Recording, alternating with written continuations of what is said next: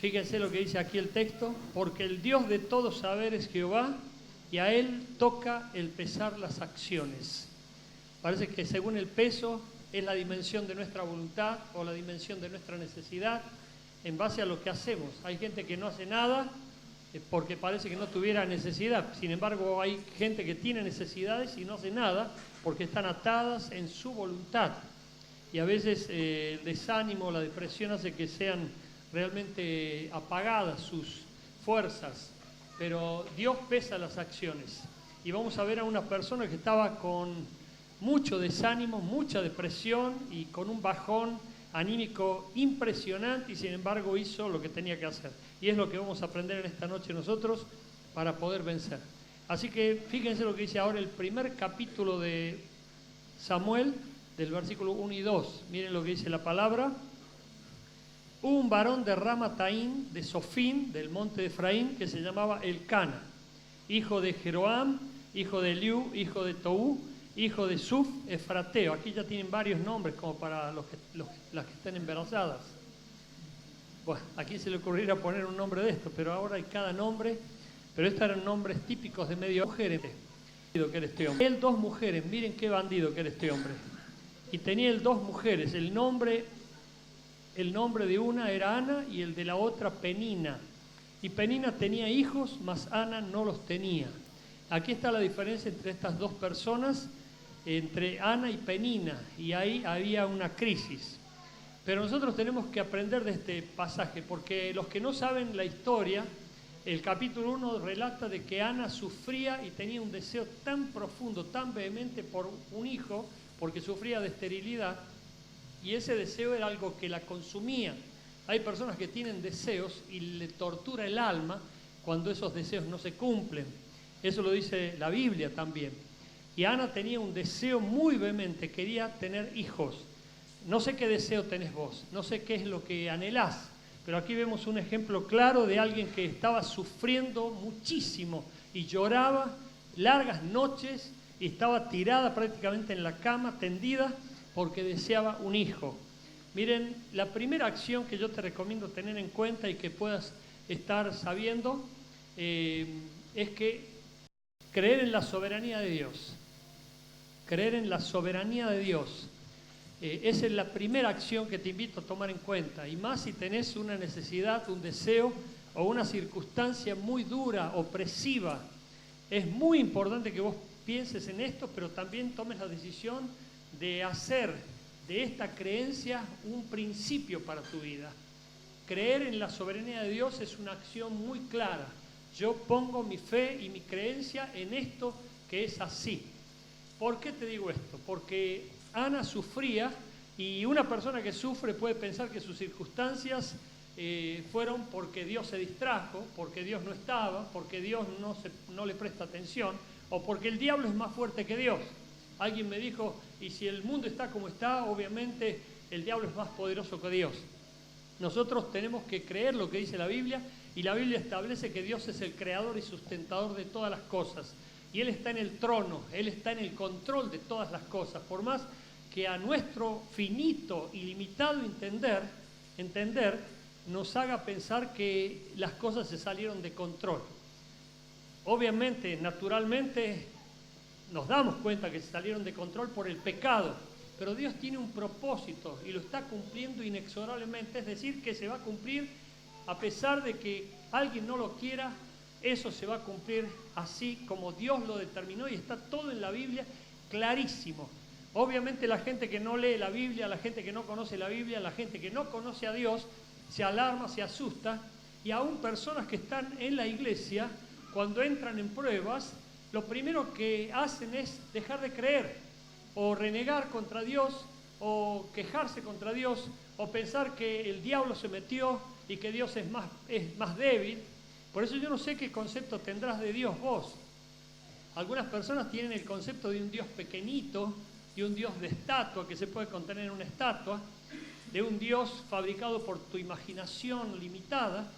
Hay conceptos y conceptos, pero cuando vos aceptás de que Dios es soberano, esto es punto y aparte. A mí me hace mucho bien pensar que Dios es soberano, y si hay situaciones que me hacen sufrir, yo tengo que aferrarme de la palabra. Y la palabra me dice que todo va para bien, que con la prueba viene también la salida y que Dios tiene el control de todas las cosas. Si yo no creyera eso, mi vida sería fatal, mi vida estaría como descontrolada. Pero a mí me ubicó el hecho de saber que Dios es soberano. Y yo creo que Ana tenía ese concepto también. Y no solamente Ana, sino mucha gente de la Biblia. Miren lo que dice el capítulo 1 y versículo 5 del primer libro de Samuel. Aunque Jehová a Ana no le había concedido tener hijos. No le había concedido Jehová tener hijos. O sea que el causante de su esterilidad era Dios. Podríamos pensar eso, ¿verdad? ¿Y qué si era Dios? Dice, ¿quién eres tú, hombre, para altercar con Dios? Criatura ante creador. Bueno, aquí vemos una acción soberana de Dios que había determinado que una persona tuviera hijos y otra no los tuviera. Sin embargo, esta que no los tenía, deseaba tenerlos y no estaba conforme. Estaba sufriendo y deseaba con vehemencia, Señor, concédeme un hijo, Señor, dame hijos, Señor, quiero tener hijos. Y eso la consumía. Pero ¿qué pasa con las personas que tienen deseos y necesidades y no saben cómo canalizarlos para que eso se vuelva una realidad? Porque en el caso de Ana se hizo el milagro y Dios le concedió lo que tanto pedía. Pero hay personas que viven pidiendo, pero no consiguen nada y ese deseo se concibe como algo que lo está consumiendo por dentro. La Biblia nos enseña también de que hay deseos que pueden ser ídolos, donde vos crees que sin eso no podés vivir. Y Dios te dice, sin mí no podés vivir. Sin embargo, vos decís, no, sin eso no puedo vivir. Bueno, acá hay un asunto que nosotros tenemos que determinar. Pero el primer punto quiero que te quede claro, por favor, iglesia, de que confíes y creas en la soberanía de Dios, porque Dios está en control de todas las cosas. Mirá lo que pasó con Job. Mirá en el capítulo 2, versículo 10.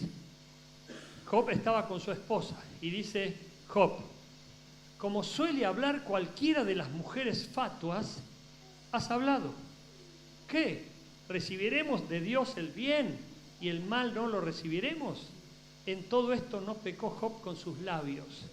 Para los que conocen la Biblia, sabemos que apareció la mujer de Job, la esposa de Job, que para mujer así, bueno, ¿para qué tener enemigos?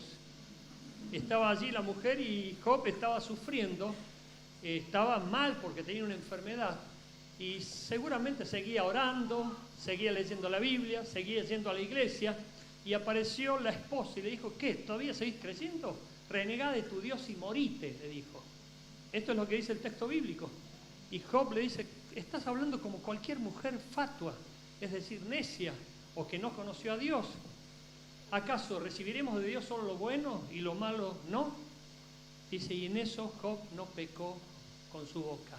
Nosotros tenemos que entender que hay circunstancias que nos van a oprimir, pero es ahí donde nosotros tenemos que demostrar si hemos creído verdaderamente o no.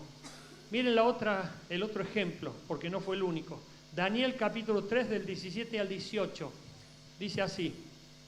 Ciertamente nuestro Dios, a quien servimos, puede librarnos del horno de fuego ardiente, y de tu mano, oh rey, nos librará. Pero si no lo hace, has de saber, oh rey, que no serviremos a tus dioses, ni adoraremos la estatua de oro que has levantado. Ustedes se acuerdan de estas circunstancias. Allí Daniel fue apresado y lo querían obligar a rendirle tributo al rey Nabucodonosor y a adorar la estatua que el rey mismo había hecho de sí mismo.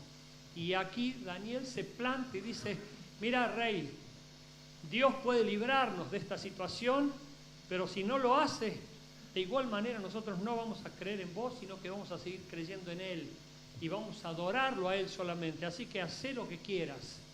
Y esta es la actitud correcta. Hay personas que tienen necesidades y quieren reclamarle a Dios que cumpla, pero eso es como torciéndole el brazo a Dios, como diciéndole, si no me das lo que yo te pido, dejo de creer en vos. Y lo que nos va a decir Dios es, deja de creer en mí, porque de esa manera no me sirve tu creencia. Nosotros tenemos que creer y jugarnos por lo que creemos. Y nuestra fe tiene que ser inconmovible. Es como decir, le digo a mi esposa que la amo y quiero estar con ella para toda la vida hasta que la muerte nos separe, pero después viene un viento de prueba, una circunstancia que me sacude y ahí le digo, no, ya, no quiero estar más con vos. Y este es un retrato de nuestra realidad, pero con Dios no se tiene que dar así, porque eso directamente nos terminaría condenando al infierno. Por eso nosotros tenemos que dar prueba de nuestra fe y mantenernos firmes en nuestra creencia a pesar de las circunstancias que nos rodeen o que tengamos necesidades, como fue el caso de Ana y el caso de Job. Pero el caso de Ana recibió el milagro que Dios le concedió, y ya te voy a dar la clave para que también vos lo recibas. Pero aquí vemos que Ana sufría, y sufría en gran manera. Miren lo que dice, y su rival la irritaba, enojándola y entristeciéndola, porque Jehová no le había concedido tener hijos. Era algo que la torturaba, era algo que todas las noches las consumía. Y a lo mejor vos tenés una necesidad y todas las noches esa necesidad viene a tu cabeza y te das manija, y eso se puede llegar a convertir en una obsesión. Y cuando se convierte en una obsesión, inmediatamente pasa a la compulsión. La segunda acción para tu victoria: asistir a la iglesia a pesar de la prueba. Esta no es menor, esta acción. Dice en el primer libro de Samuel, capítulo 1, versículo 3, y todos los años aquel varón subía de su ciudad para adorar y para ofrecer sacrificios a Jehová de los ejércitos en Silo. Ese todos los años subía a la ciudad a adorar es equivalente a que todos los domingos venía a la iglesia, o cada vez que había reunión donde el pueblo se reunía para adorar a Dios, él o ella no faltaban. Sin embargo, hay personas que empiezan la prueba, desaparecen y quedan tirados. Muchos se aflojan, se deprimen, se desaniman, muchos desisten de su fe, muchos entran en pesimismos, entran en una desesperanza terrible, y eso hace que sean atados por 1000 demonios, no por uno, por 1000 demonios, porque el maligno siempre va a usar nuestra debilidad, pero cuando nosotros nos fortalecemos en Dios, Él no puede hacer nada en contra nuestra. Mirá las pruebas de Ana. Mirá las pruebas de Ana. Tenía varias pruebas, no sé cuántas pruebas tendrás vos, no sé cuál es la dimensión, porque hay una axiología, es decir, una tabla de valores con relación a las pruebas, con relación a los sufrimientos, con relación a las necesidades. Lo que para vos es una prueba, a lo mejor para el otro no lo es. Lo que para vos es una necesidad, para el otro no lo es. Hay gente que sufre y esa magnitud de sufrimiento es respetable en cualquier orden, pero nosotros tenemos que entender que Ana estaba sufriendo de manera terrorífica. Mirá las pruebas. Tenía un serio conflicto familiar. Había rencilla, rechazo y rivalidad. Rencilla, ¿por qué? Porque Penina y allí estaba todo el tiempo conflictuada con ella. Se burlaba de ella, la cargaba porque ella tenía hijos y ella no. Ella estaba sufriendo una opresión en la casa. Y qué triste es vivir en una casa donde hay mucha opresión. Hay que orar más, hay que reprender más, hay que cubrir más, hay que invocar más a Dios, hay que declarar esa casa estrado de los pies de Dios, y allí va a haber una barrida espiritual de todo tipo de inmundicia. Pero si no hay oración, reprensión y mucha declaración de victoria y bendición, el maligno puede seguir enquistado allí para reinar. Había un serísimo conflicto familiar. ¿Por qué? Porque su rival la irritaba, enojándola y entristeciéndola, porque Jehová no le había concedido tener hijos. Sin embargo, no vemos a Ana echándole la culpa a Dios. No vemos a Ana quejándose con Dios, aunque era válido que lo hiciera, porque ella podía orar a Dios y decirle todo lo que quisiera a Dios, que Dios como papá amoroso la iba a recibir y la iba a atender. Pero ahora el segundo problema, o la segunda prueba, un problema imposible, su esterilidad. Hay personas que tienen problemas verdaderamente imposibles, pero hay personas que tienen problemas verdaderamente posibles. Cuando vos te enfrentás a un problema imposible, ya entras en el área de lo desconocido, ya entras en el área de Dios, porque Dios se encarga de los imposibles. Pero ¿por qué digo que hay personas que tienen problemas realmente posibles? ¿Por qué? Porque los pueden resolver ellos, porque tal vez ellos mismos han sido causantes de los problemas.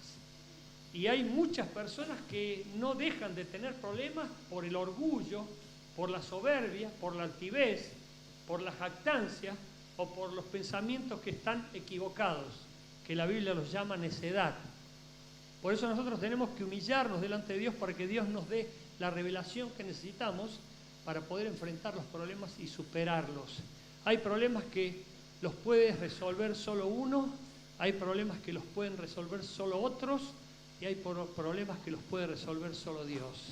Cada uno va a determinar cuál es el tipo de problema que tiene. Pero aquí Ana tenía un problema imposible, necesitaba un milagro, necesitaba la intervención portentosa de Dios, porque su esterilidad había sido determinada por Dios. Había una prueba, había un conflicto, pero Dios estaba probando el carácter de Ana y estaba probando el carácter también de todos los que le rodeaban. Pero ¿qué tipo de carácter era el de Ana? Y acá vemos otro problema, otra prueba. Escuchá, iglesia, por favor, porque creo que esta es la prueba que muchos sufren. Ana tenía un carácter flojo. ¿Por qué? Porque estaba tirada, desanimada, llorando en los rincones y era una persona floja. No era una persona que se sobreponía, inmediatamente sacaba fuerzas en Dios y rápidamente estaba en carrera. Era una persona a la cual había que para levantarla. Pero la persona floja llora, se desanima con suma facilidad, pero se termina convirtiendo en su peor enemigo. ¿Por qué? Porque no está refugiándose en los brazos amorosos de Dios para confiar en Él y depender absolutamente de Él. Y que eso que sufre y que tiene no le haga mella en sus circunstancias diarias para vivir siempre en victoria. Amén.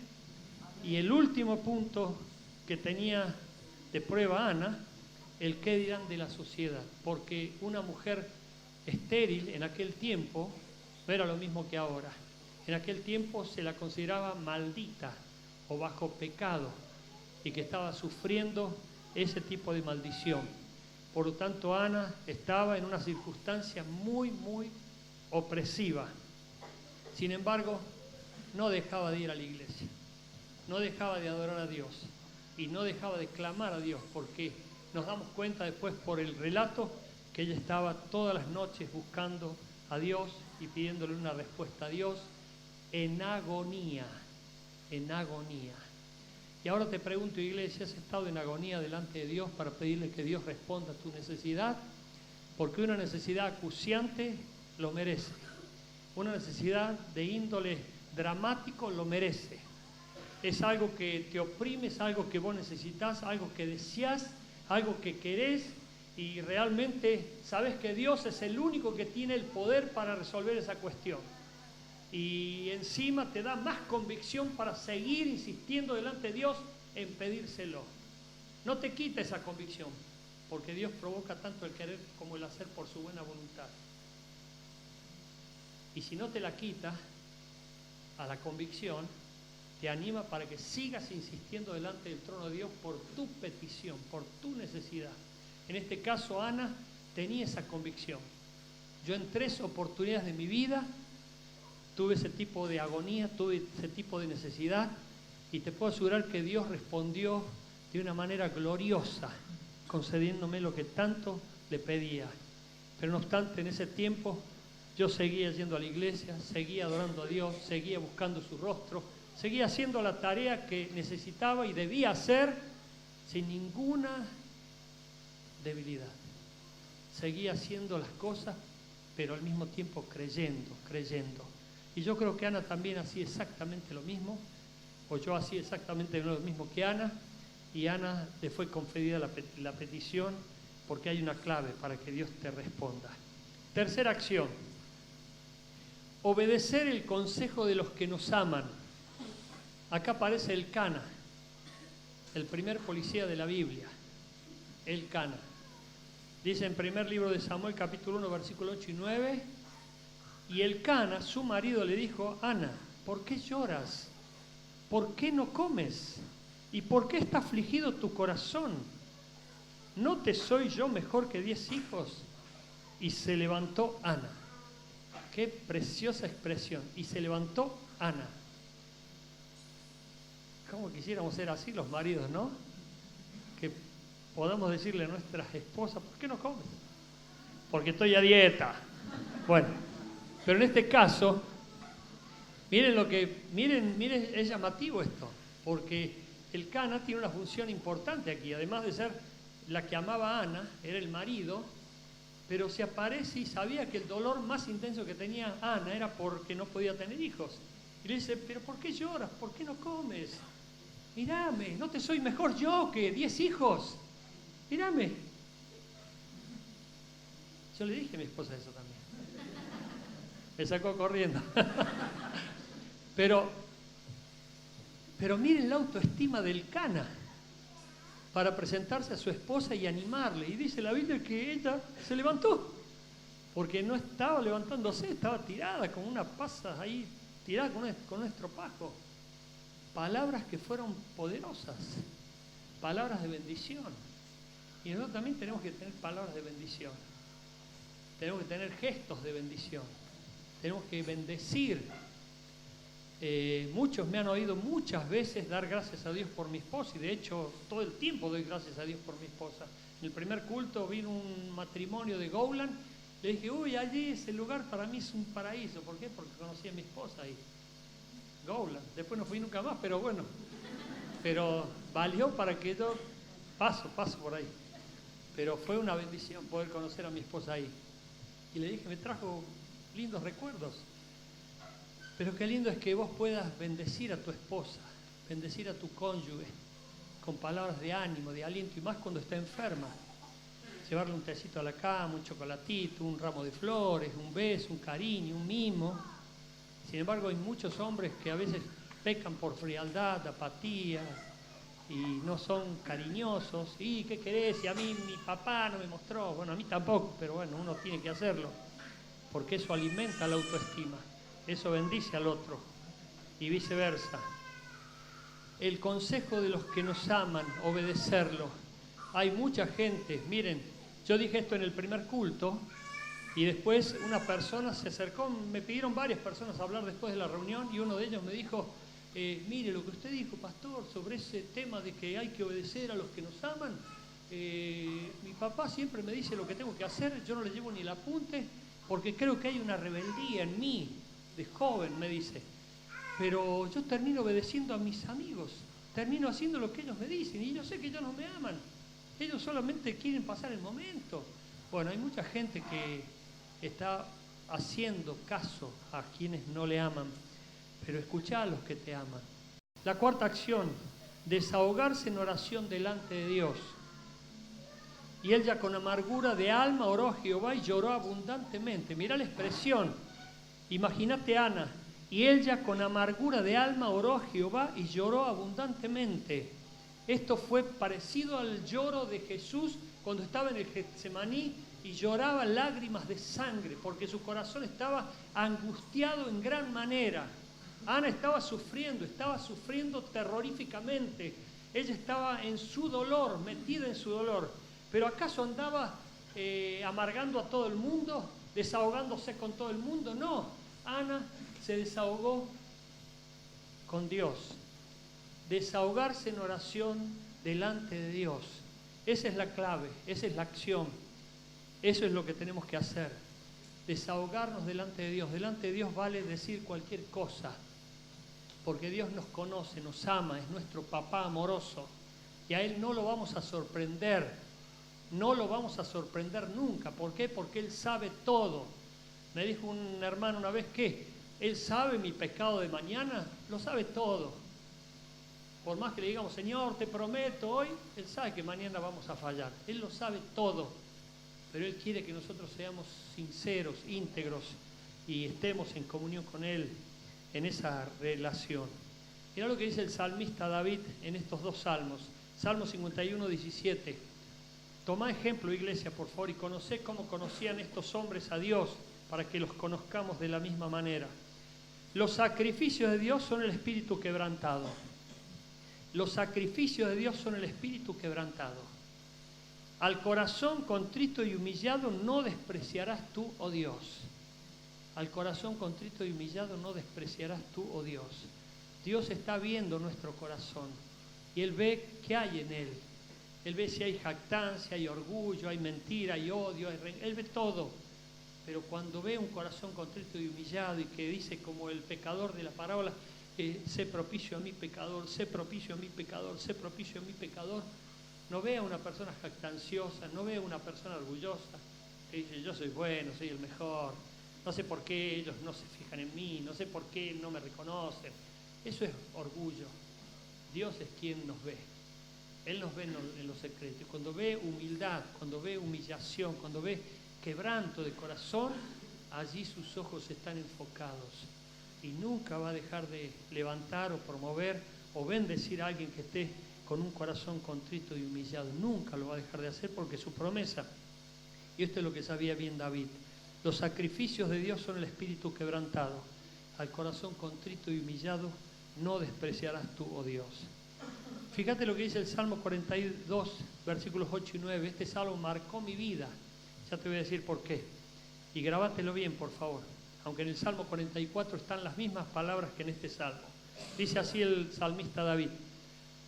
Pero de día mandará Jehová su misericordia. Esto quiere decir que tiene esperanza en el mañana. Y de noche su cántico estará conmigo. Eso quiere decir que durante la noche no se da manija, sino que canta alabanzas, canta en su íntimo corazón o mentalmente le canta a Dios. Y canta alabanza, dando gloria a Dios, alaba a Dios. Las canciones que aprende en la iglesia, las canciones que aprendí en el templo, pero eso lo recreaban a él. Y eran los salmos que se transmitieron en aquel entonces de generación en generación oralmente. Después vinieron los papiros, las óstracas, después vino la imprenta con Gutenberg, el papel, bueno, como todos ustedes lo saben, pero antes era todo cantado. Toda la Biblia se transmitía oralmente y David se grababa textos y los tomaba como pautas para su vida, para vivir en victoria. Mira lo que dice. Y mi oración al Dios de mi vida, diré a Dios, roca mía, ¿por qué te has olvidado de mí? Se lo dice a Dios.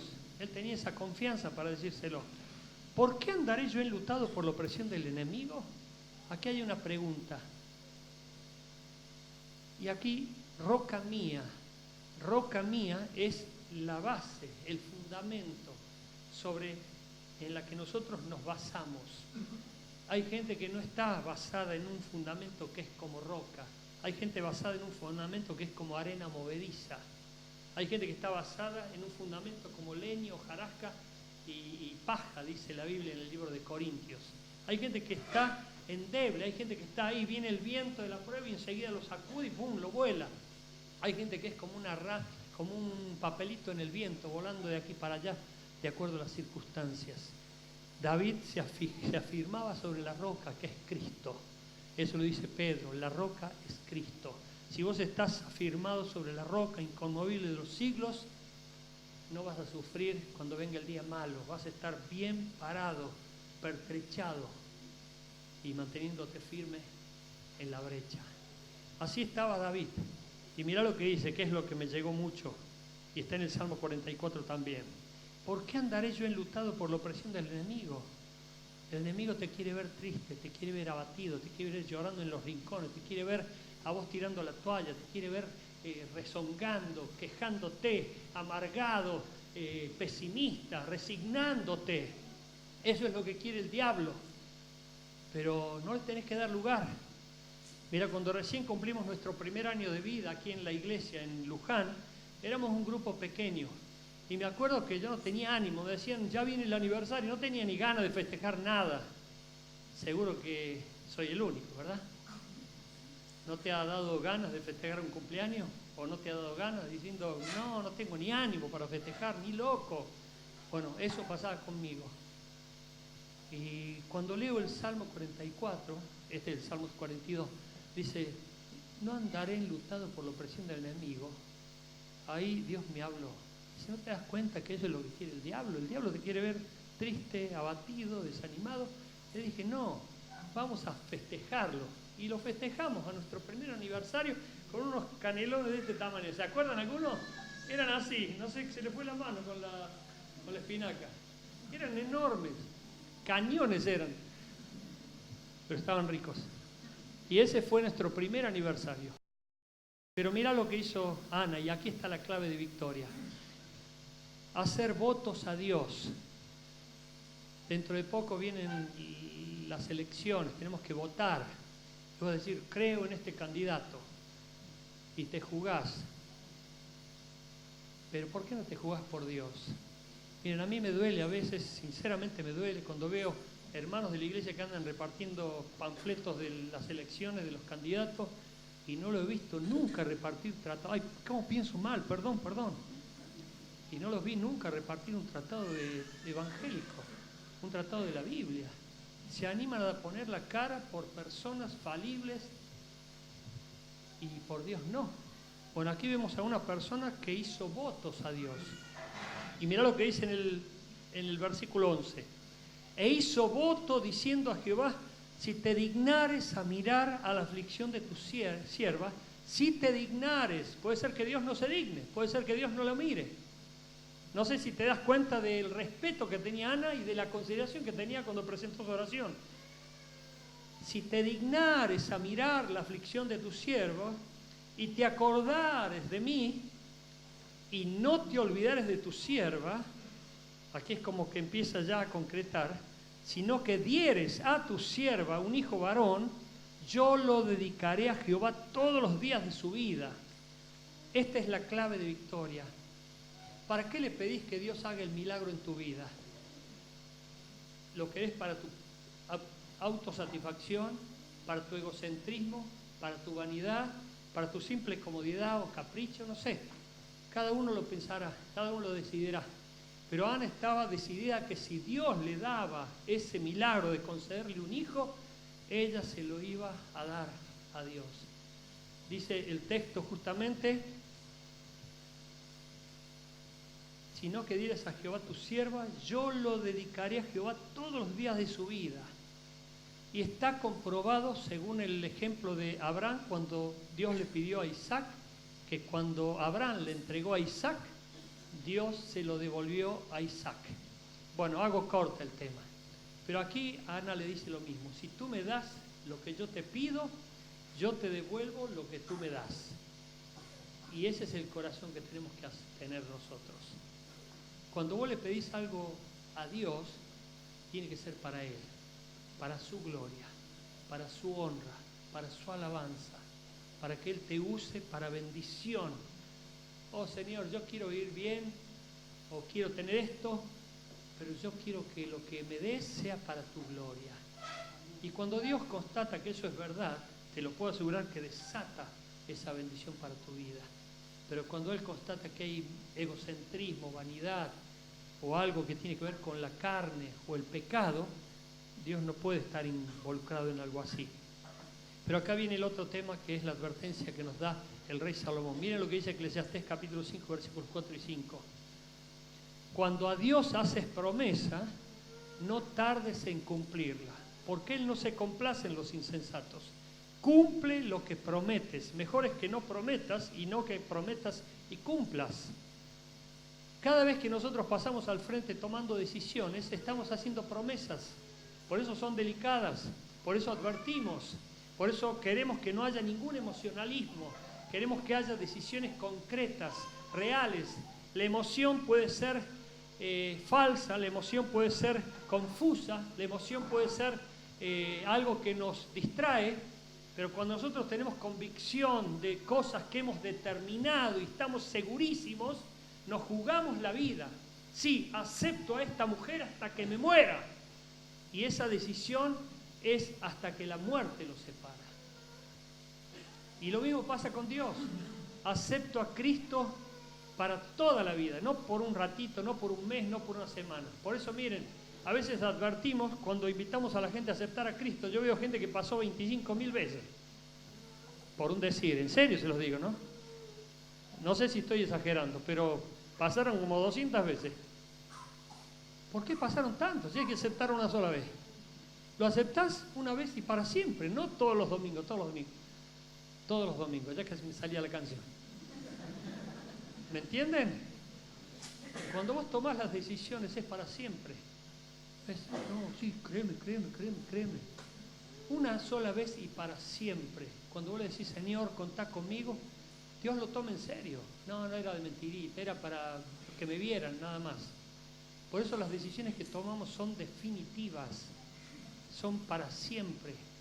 Yo tomo una decisión y no tengo vuelta atrás. Por eso Ana estaba tomando una decisión. Señor, si me das lo que yo tanto te pido, es para tu gloria. ¿Sabes lo que quiere decir eso? Si me lo das, si me los querés quitar, está bien, porque es para tu gloria. No, ¿por qué me lo quitás si me lo diste? Y le hago un juicio a Dios. No. Si Dios te quiere bendecir, te va a bendecir, pero te va a bendecir en base a lo que Él pesa tu acción. ¿Esta decisión está siendo en serio? ¿Vos no estás jugando conmigo? ¿No estás queriendo aparentar? Recuerden que en aquel tiempo la apariencia era lo que marcaba a la gente y había muchos que se disfrazaban para ser aparentemente atractivos ante los demás y que la gente dijera, uy, mirá qué buen creyente parece, y parecía porque no lo era. Y Dios los ve, Dios nos ve. Por eso Dios está pesando nuestras acciones. La sexta acción, no se ofendió con su líder. Mire, no se ofendió con su líder. Hay tanta gente ofendida con los líderes aquí. Miren lo que dice el texto del versículo 14 y el versículo al 16. Entonces le dijo Elí, ¿hasta cuándo estarás ebria? Digiere tu vino. Y Ana le respondió diciendo, no, Señor mío, yo soy una mujer atribulada de espíritu. No he bebido vino ni sidra, sino que he derramado mi alma delante de Jehová. No tengas a tu sierva como una mujer impía, porque por la magnitud de mis congojas y de mi aflicción he hablado hasta ahora.